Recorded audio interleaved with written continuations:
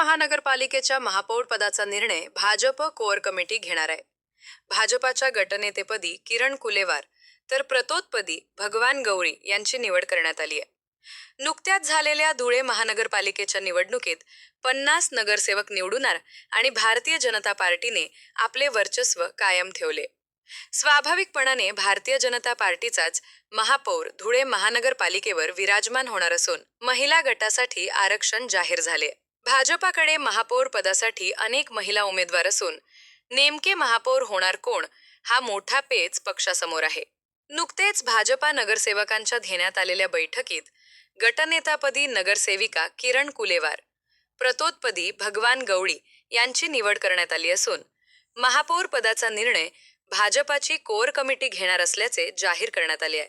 यावेळी पालकमंत्री जयकुमार रावल, आमदार अनुप अग्रवाल, शहर अध्यक्ष गजेंद्र अंपळकर, माजी आमदार राजवर्धन कदम-बांडे व पदाधिकारी उपस्थित होते. दरम्यान महापौर कोण होते याची साऱ्यांनाच उत्सुकता आहे.